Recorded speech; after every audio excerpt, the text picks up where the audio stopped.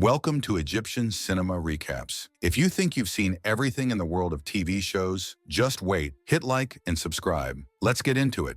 This is the hero of the story, Rifayat Ismail, a professor of hematology and laboratory medicine at Cairo University. On his 40th birthday, he's sitting at his university library, wearing his blue suit that makes him look charming. As he reflects, he hums and says, "I don't believe there's such a thing as the supernatural." Rifayat meets Maggie McKillop, his old friend from Scotland whom he used to love, and she finally came to Egypt after 15 years without seeing each other. He wasn't surprised because she's always been in his heart. They take a walk together, and she tells him she's here for a research project from her university after she got divorced. He says, "You got divorced? Really?" Rifat invites her to join him for lunch at his sister Raifa's house. He doesn't mention that he's engaged, and his fiancée Hawida will be there. As soon as he walks in with his friend, he says, "Hey, Raifa, are you bringing a cake and spoiling yourself? You could have told me. I was late because I was bringing you some sweets." They exchange pleasantries, and Hawida tries to act like she's taking care of her husband to keep him close. Then Ihlam, the wife of Medhat, Talat's brother, who's married to Raifa's sister, says, "Do you know who was Rifat's first love?"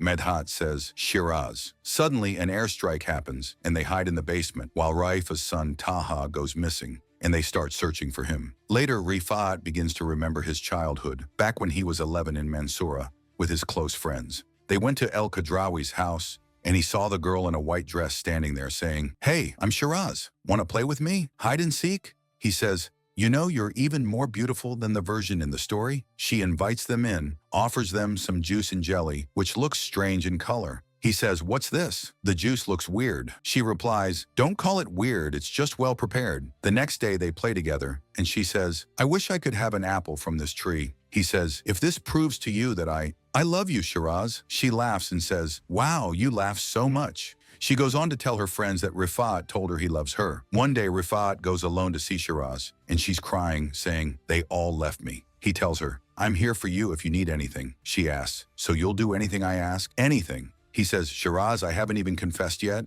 They play hide and seek, and she runs to the roof, asking him to jump to her. She lets go of his hand, and he falls. They discover that Shiraz is actually a demon, and he tells them they're never going to the El Khadrawi house again. Rifat saves the pure-hearted Taha when Shiraz confronts him on the roof in the same position, without knowing why. After the day ends, Rifat drives the two girls home. Maggie, his old friend, thinks to herself, "I wonder if she's the reason he's ignored me all this time." Hawida thinks to herself, "I wonder if she's the one keeping him from loving me." Rifat wonders, which one of them has real hair and which one is wearing a wig? When they arrive, Maggie says to him, "Forever?" He replies, "Yes." She asks, "You'll love me forever?" He says, "Even when the stars burn out, even when worlds perish, even when—" She interrupts, "Okay, stop, because it's starting to get cloudy, and it really feels like the end of the world." A dark cloud blocks the sun over Cairo. A strange epidemic begins spreading in the country, and the sun disappears. Rifayat returns home, and one day he finds Officer Mar waiting for him, saying, "Didn't you receive the official summons?" Rifat replies, "Yeah, I got the summons." They ask him to help with an autopsy of a pharaonic mummy. He replies, "Murphy's Law number 1, I'm a hematologist, not an autopsy specialist. Are you going to work or not?" Rifat says, "Yeah, I'll work." The autopsy of the mummy causes the death of everyone who participated, except for Rifat. Rifat returns home and finds a strange person who explains that the unstable spirit within the Black Pharaoh is causing all of this. He pulls out a strange device and says, "This is what we'll use to save the world." Hawida arrives at Rifat's house, and an evil spirit appears to her, causing her to faint. Ramsey tries to drive the evil spirit away using the strange device, which forces the spirit to leave. Rifat, Maggie, and the group figure out how to break the curse of the pharaoh. They take the mummy to the place where it should be buried. At that point, all the country's problems will be solved. The sun rises, the epidemic disappears, and Egypt wins the October War. They go to the hospital to see Hawida, and there Maggie says to Rifat, "Forever?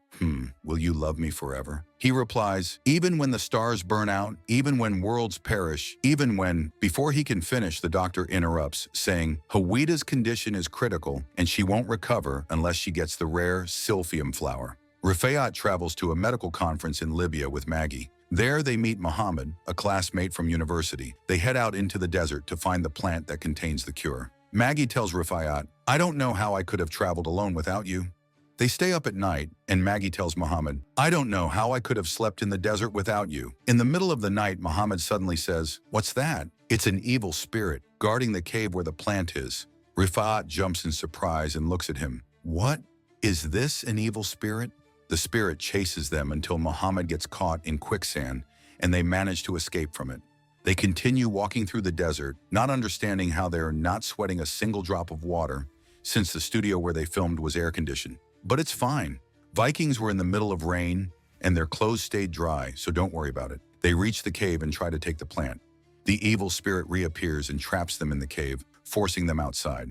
Hawida wakes up after being injected with the plant that Rifat brought her. Before leaving, Rifat says, "Wake up so we can get married and I can help you fulfill your dreams." After she wakes up, she finds a ring and a note that says, "I'm sorry." She goes to him, yelling, asking, "Why did you leave Hawida?" He replies, "Tell me first, why did you divorce me?" Just then, his phone rings with a call from his sister, telling him that their mother is in the hospital. Rifat returns to the village with Maggie to check on his mother and make sure she's okay. He finds her fine, though as quirky as ever. Najat, his brother's wife, says, "Your brother called out to you. He's waiting for you." He responds, "No, scientifically, there's no such thing as a call. It's just a normal call. Whoever hears it, science prevails." Rifat goes to the local health center and meets Dr. Kamal, who shows him a log of people who were called. Rifat says, "All these men? God bless them." He takes his medicine and heads back home. They find that they've brought in Sheikh Sami, who says, "We need to insert the protective stick in his ear to drive the call away."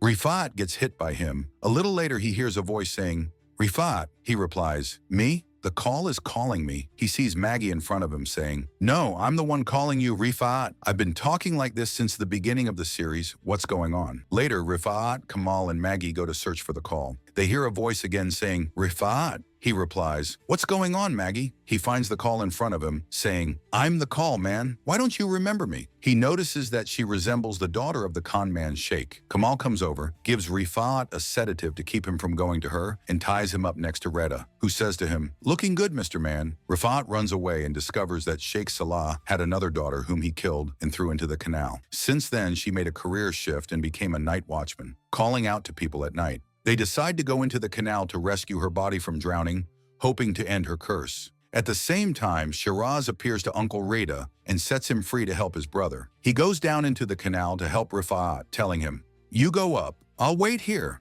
Reda drowns while his brother makes it out and they leave. Goodbye, Reda. Only the strongest survive. 2 months after Reda's death, Rifat dreams he is in Prince Muhammad Ali's palace, where he meets the jinn.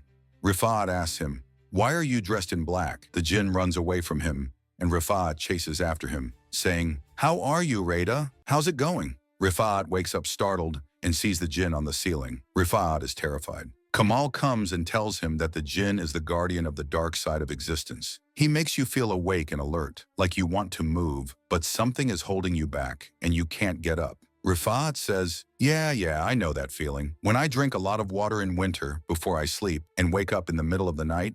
Rifat decides to kill the jinn. He takes a rope and a knife with him into the dream and chases the jinn. The jinn runs from him.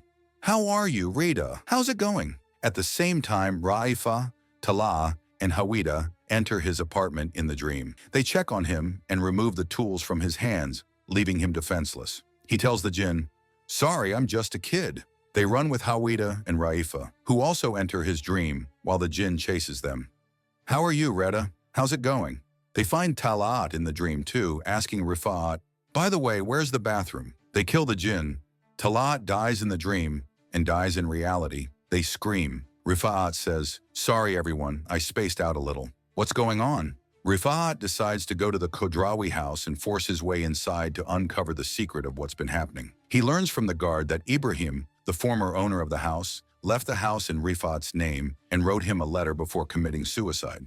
Rifat asks, "How did he get a picture of my ID?" In the letter, the deceased tells Rifat his story with the house in Shiraz. He explains, his mother came one day and told him they would work in this palace. The boy says that there is a secret room under the heater where the Khodrawi's granddaughter is locked up. She got involved with a stranger and he left her, and now she's locked up to hide the scandal. One day, Ibrahim follows her to the room and finds a girl named Shiraz, whose laughter is like diamonds. She says, "Hi, I'm Shiraz. Do you want to play hide and seek with me?" He replies, "Sorry, but if my mom finds out I saw you, she'll slap me." But he feels sorry for her and decides to help her. He burns down the house to try to escape with her, But her grandfather sells her mother sells her, the servants sell her, the maids sell her, and Ibrahim sells her too. He burns the house down. Years pass, Ibrahim grows up, buys the house and searches for her body, but fails. He hangs himself and leaves it to God. Dr. Rifat Ismail, a professor of hematology and analysis, decides to search for Shiraz's body until he finds it, but the house plays with his mind, showing him hallucinations that make him want to hang himself. Then Maggie comes and says, "Get down, Rifat, don't die." He says to her, "Forever, huh? I'll get down, and you'll love me forever?" She replies, "Even when the stars burn out, even when worlds perish, even when..." Then Rifat is startled when Shiraz appears, saying, "How are you, Rifat? I'm Shiraz. Do you want to play hide-and-seek with me?" He asks her, "Please, explain. What's going on?" Shiraz, through Maggie's body, explains that she's been trying to help him all along, and that everything happening to him is caused by Lucifer. He responds, "Lucifer? The devil? Really? He wants the navy suit?" They leave the house and meet the others.